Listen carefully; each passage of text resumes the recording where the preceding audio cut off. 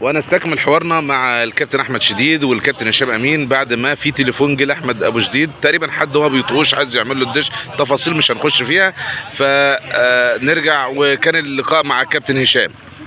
احنا قلنا ان شاء الله هنتجمع بعد صلاه العشاء، الناس اللي بتصلي العشاء. ابو جديد طبعا الميعاد الساعه 10. تمام. هو كده هيجي 10.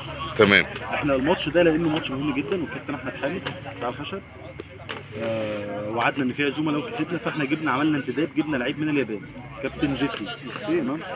من الصين كابتن جيتلي. هو مشكلته ان هو يمسوه مش بياكل سمك زينا، بياكل سوشي، فدي ازمه كبيره. فاحنا جبنا له سوشي عشان يتنشط قبل الماتش ويخش يفترس كل اللي موجودين. كان في خلاف ما بيننا وما بين احمد حامد على لاعب، هو كابتن احمد الدوكس قاعد معانا بس هو اللي اتكسف. طبعا احنا متفقين احمد حامد ان الدوكس مش هيلعب معانا ولا معاك، فده عشان نكون بس على اتفاق. وقف شخكوا انتوا الاثنين. اتفضل يا كابتن ابو جديد. كمل. والله يا كابتن هشام، كل الكلام حضرتك قلته كلام مظبوط في الاطار الكره، اداره الكره ان شاء الله. والمعلومات اللي جايه لنا من الفريق الثاني ان هم ناويين على ضرب تحت الحزام، تكسير في الملعب، وحاجه اخر قله ادب يعني. فاحنا ان شاء الله هنلعب باحترام بنزاهه، الجماهير كلها في ظهرنا، وان شاء الله الكابتن الكبير محمد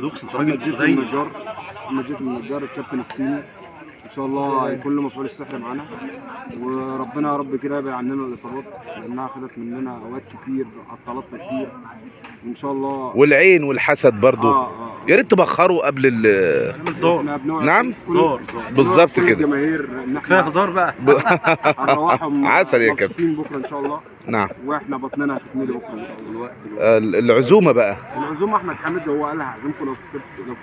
عباره عن ايه العزومه يا لو فندم؟ خسرنا باذن الله حواوشي. اي حاجه تخش البطن تمام. تمام. ده لا في حاله لو كسبتوا، لو خسرتوا هتبقوا عزومه برضو، هو يعزمكم برضو بس اقل شويه. طب طعميه مثلا تمام زي كده. مفهوم. ان شاء الله الناس كلها تنتظر امام الشاشات بكره.